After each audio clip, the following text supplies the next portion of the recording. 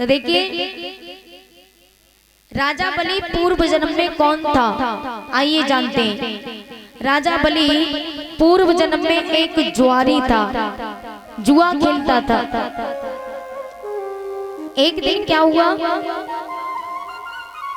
जुआ खेलने के बाद एक वेश्या से प्रेम हो गया था। वेश्या के यहाँ कोटे पर जाता मुजरा देखने के लिए, वही जुआरी जो राजा बलि था पूर्व जन्म में। जुआरी जुआ खेलता, जुआ खेलने के बाद वेश्या के कोटे पर जाता, वहां मुजरा देखता, वेश्याओं का नाच देखता। एक बार जुआ खेलते खेलते जुए में बहुत धन जीत गया। धन जीतने के बाद उसने सोने का हार बनवाया और सोने का हार बनवा के वेश्या को देने के लिए चला। रास्ते में उसे मौत ने घेर लिया और जैसे रास्ते में मौत ने घेरा, ठीक भगवान शिव शंकर के मंदिर के सामने मौत ने घेरा, तो उसी समय वो समझ गया कि अब हमारे प्राण नहीं बचेंगे। तो उसने वही सोने का हार भगवान शिव शंकर को चढ़ा दिया और उसने प्राण त्याग दिए। यम के दूत प्राणों को लेकर के यमलोक में पहुंचे। यमराज ने कहा भैया इसकी फाइल खोल करके तो जरा देखो, इसने कितना पाप किया है, कितना पुण्य किया है। फाइल को खोल के देखा गया। चित्रगुप्त ने कहा महाराज जीवन में इसने एक भी पुण्य नहीं किया, पाप ही पाप किया, मात्र एक पुण्य है, वो भी इसने जानबूझ के नहीं किया, वो तो धोखे से जुआ जीत करके वेश्या को सोने का हार बनवा करके देने जा रहा था, लेकिन रास्ते में मौत ने घेर लिया, इसलिए मजबूरन इसको वो सोने का हार भगवान शिव शंकर को चढ़ाना पड़ा। बस यही एक पुण्य है और जीवन में कोई पुण्य इसने नहीं किया। यमराज ने कहा बोलो भाई पहले पुण्य भोगना चाहते हो कि पाप भोगना चाहते हो।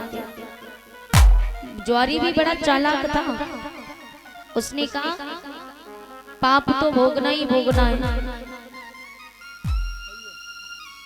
और पाप भोगते भोगते कहीं पुण्य भोगने के लायक रहा कि नहीं रहा, इसलिए महाराज पहले मैं पुण्य भोगना चाहता हूँ।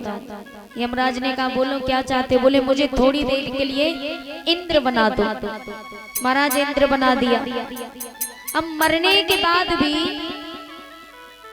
इंद्रासन सौंप दिया, वहां पे भी क्या कर रहा है, सिंहासन पर बैठ करके अप्सराओं को नचा रहा है। जीते जी तो वेश्याओं को नचाता रहा और मरने के बाद इंद्र की अप्सराओं को नचाने लगा। नारद ने कहा भैया तेरी मति बिल्कुल मारी गई। अरे जरा शर्म करो, जीते जी तो वेश्याओं को नचाते रहे, एक पुण्य का मौका मिला कमाने को, वो भी अप्सराओं को नचा रहे हो। उसी समय उसकी आंखें खुल गई, उसने इंद्र लोक ही दान कर दिया। अब थोड़ी देर के लिए सही था तो इंद्र लोग दान कर दिया। देवताओं ने कहा अब तो इसने बहुत बड़ा पुण्य किया है, पाप भोगने की भी आवश्यकता नहीं, लेकिन इसे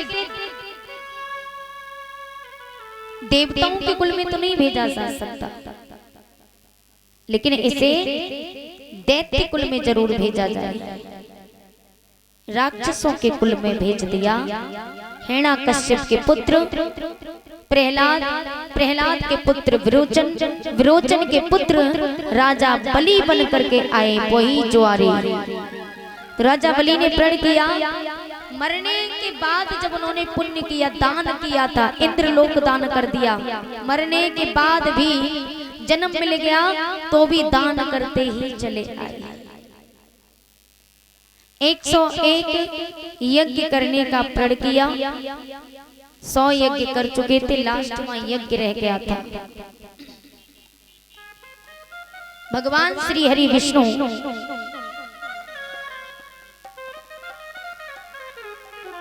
दैत्य कुल में देवताओं से भगवान श्री हरि ने कहा मैं दैत्य कुल भूषण कश्यप और अदिति के गृहस्थ जीवन में वामन अवतार लूंगा देवताओं की कार्य सिद्धि के लिए। हाँ लेके आओ, लेके आना जल्दी।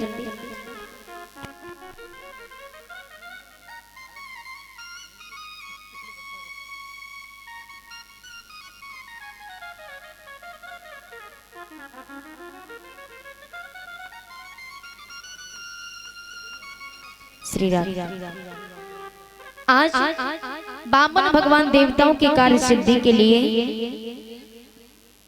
भूषण कुल में दैत्य कुल भूषण कश्यप और अदिति के गृहस्थ जीवन में वामन अवतार धारण करने के लिए गए। उसी समय भगवान वामन अवतार धारण करके छोटी मोटी भीख मांगने लगे, भिक्षा मांगने लगे। वही छोटी मोटी भिक्षा मांग करके ले जाकर के भृगु महाराज को देने लगे।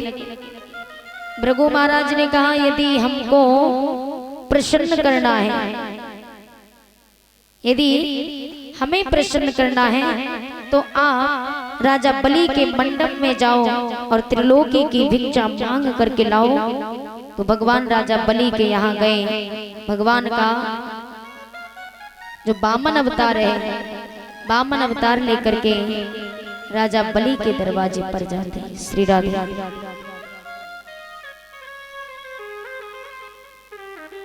श्री राधे। बिठा लिए मते, घुमाइए इनको।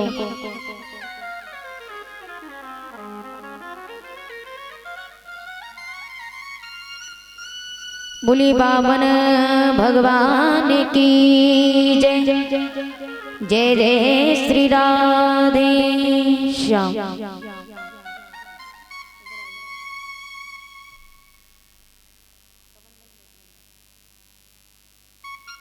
वामन भगवान आज भिक्षा मांगने के लिए चले हैं।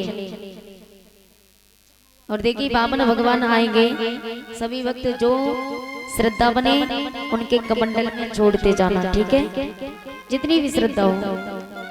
वामन भगवान आज भिक्षा मांगने के लिए राजा बलि के दरवाजे पर चले हैं। ताली बजा करके सभी बोलेंगे कि वामन भगवान का हुआ अवतार, देव हर साए रहे। भगवान का हुआ अवतार, देव हर साए रहे। वामन भगवान का हुआ अवतार, देव हर साए रहे। वामन भगवान का हुआ अवतार, देव हर साए रहे। हर सा रहे देव हर सा रहे। हर सा रहे, हर सा रहे देव हर सा रहे। हर सा रहे देव हर सा रहे। वामन भगवान का, वामन भगवान का, वामन भगवान का हुआ अवतार, देव हर साए रहे। वामन भगवान का हुआ अवतार, देव हर साए रहे। जय हो।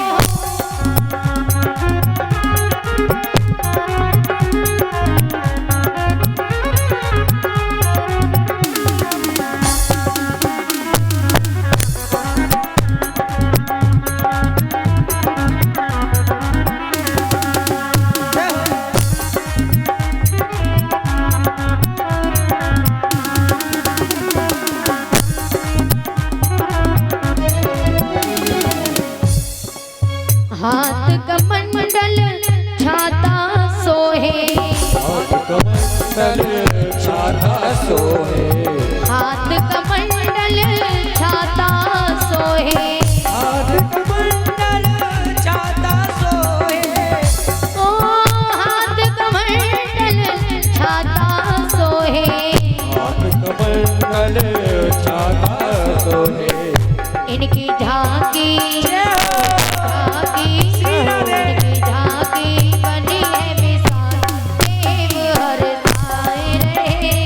भगवान का हुआ अवतार,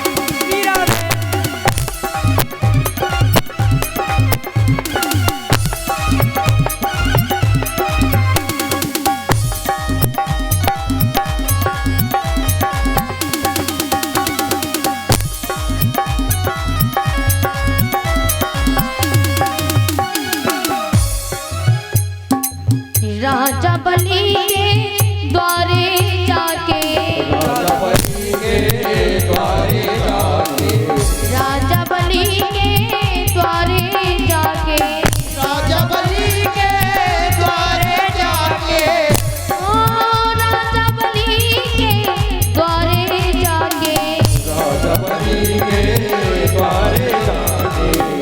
तीन पग भूमि पग भूमि पग भूमि मांगी देव हर साए रहे। पवन भगवन का हुआ अवतार देव हर साए रहे।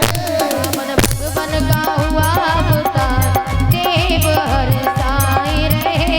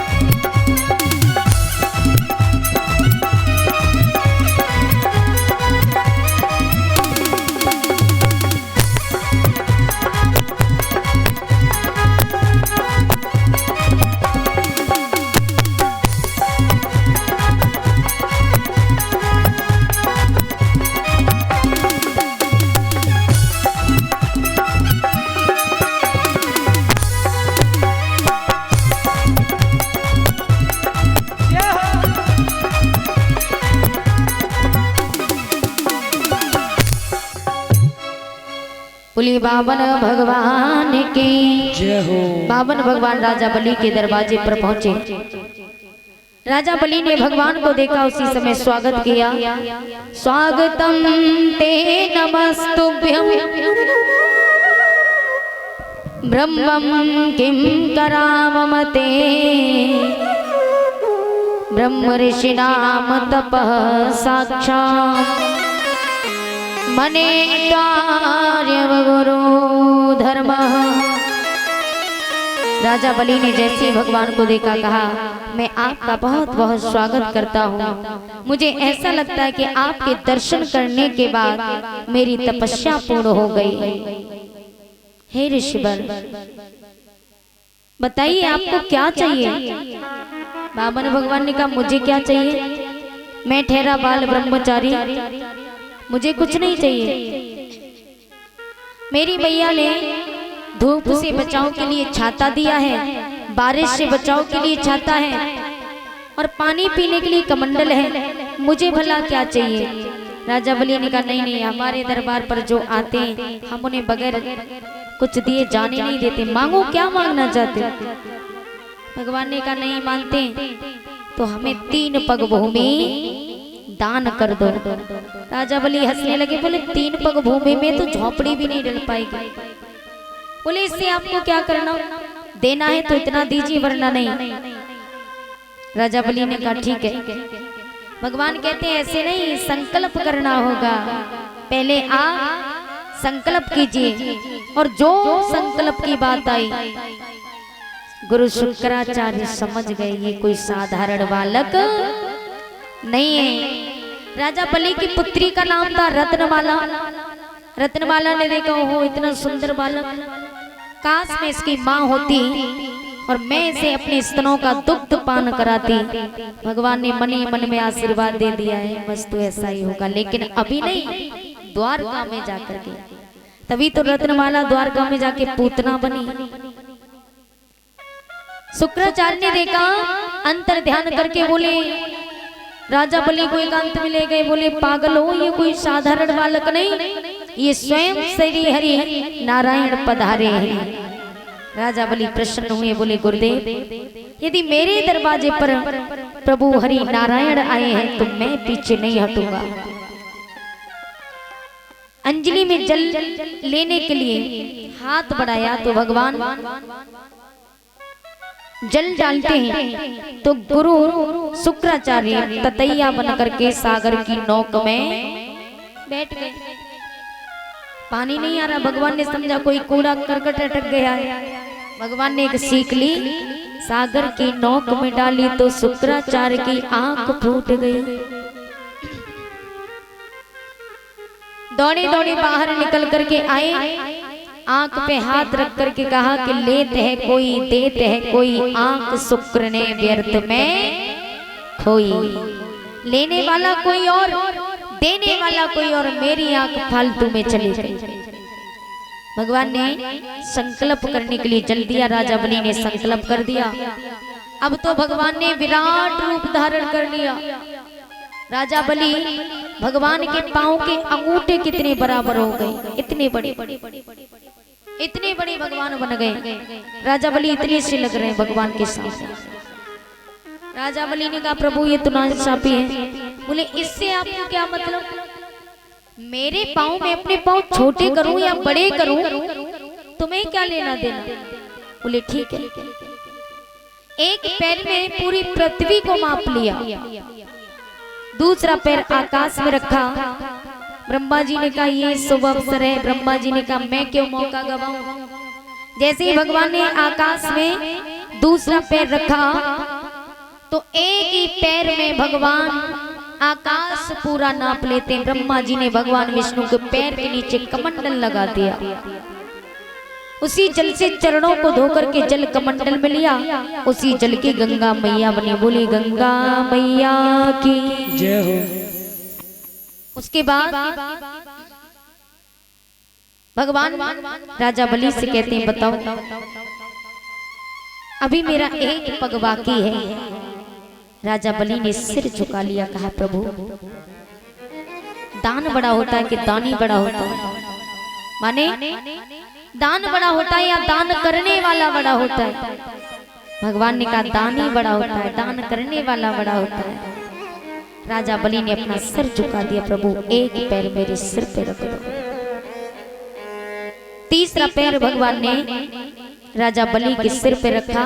रत्नमाला क्रोध में आ गई, कैसा बालक है जिसे मैं अपना पुत्र बनाने चली, उसने तो मेरे पिता का सब कुछ छीन लिया। मेरा मन करता है कि मैं इसको मार दूं। भगवान ने कहा ये भी इच्छा तेरी द्वापर में पूरी होगी। पूतना ने ये नहीं कहा था कि मैं इसको मार दूंगी, ये कहा कि मेरा मन करता है कि मैं इसको मार दूं। भगवान ने कहा ये भी इच्छा द्वापर में पूरी होगी। भगवान ने अपनी खुशी से राजा बलि को सुतल लोक दिया। सुतल लोक में राजा बलि ने 52 दरवाजे बनाए। भगवान से कहा प्रभु एक वरदान मुझे भी दीजिए, मांगो क्या मांगना चाहते हो? राजा बलि ने कहा प्रभु सुतल लोक में 52 दरवाजे होंगे, आप 52 दरवाजे पर नौकर बन करके खड़े होंगे। मैं जिस दरवाजे से निकलूं आप वहीं खड़े मिलेंगे। भगवान ने कहा जाओ दिया। भगवान अब तो फंस गए, कहने लगे आए थे हरि ठगन को आप ही ठग चले। अब तो भगवान नौकर बन करके खड़े। राजा बलि जिस दरवाजे से जाते हो उसी दरवाजे पर भगवान को खड़ा रहना पड़ रहा है। काफी समय हो गया। माता लक्ष्मी बेचैन होने लगी। नारद जी पहुंचे, मैया क्या हुआ? बोले नारद प्रभु पता नहीं कहाँ गए, अभी नहीं आए, इतने दिन हो गए। नारद जी ने कहा प्रभु अब कभी नहीं आने वाले। बोले क्यों? अरे प्रभु राजा बलि के दरवाजे पर नौकर बन करके खड़े। आजकल नौकरी कर रहे हैं और ऐसी नौकरी जहाँ संडे की भी छुट्टी नहीं है। माता लक्ष्मी ने कहा अब क्या होगा? नारद जी ने कहा होगा क्या? आप एक काम कीजिए, आप उनकी बहन बन के जाइए, राजा बलि की कलाई में राखी बांधना और वरदान में प्रभु को मांग लेना। बोले ये ठीक है।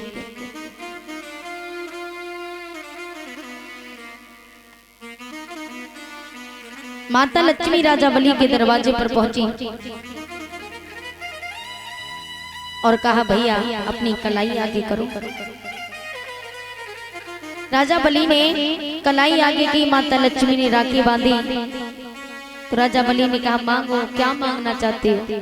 माता लक्ष्मी ने कहा भैया आपके दरवाजे पर जो पहरेदार बन के खड़े ना उनको हमें दे दो। बोले वो तुम्हारे कौन है? बोले भाई तो मेरे पति है। राजा बलि आज इतने प्रसन्न हुए, क्या सौभाग्य है मेरा जो आज लक्ष्मी नारायण स्वयं मेरे द्वारे पर पधारे हैं और मुझे क्या चाहिए, जाओ ले जाओ। अब माता लक्ष्मी प्रभु के सामने पहुंची तो भगवान विष्णु ने शर्म के मारे नीचे सर झुका लिया। बोले लक्ष्मी तुम यहाँ। लक्ष्मी मैया कहने लगी प्रभु ये कैसी नौकरी है, भला कोई ससुराल में कोई नौकरी करता है? बोले ससुराल, कैसी ससुराल? बोले मेरा मायका आपकी ससुराल, अभी अभी मैंने बलि की कलाई में राखी बांधी तब आपको प्राप्त किया। भगवान विष्णु मुस्कुराने लगे और माता लक्ष्मी को लेकर के बैकुंठ धाम चले जाते हैं। बोली लक्ष्मी नारायण भगवान की जय हो। और कल दिन की कथा में भगवान श्री राम का जन्म होगा, उनका विवाह होगा श्री राधे। और संध्या की वेला में परीक्षित महाराज भगवान श्री कृष्ण का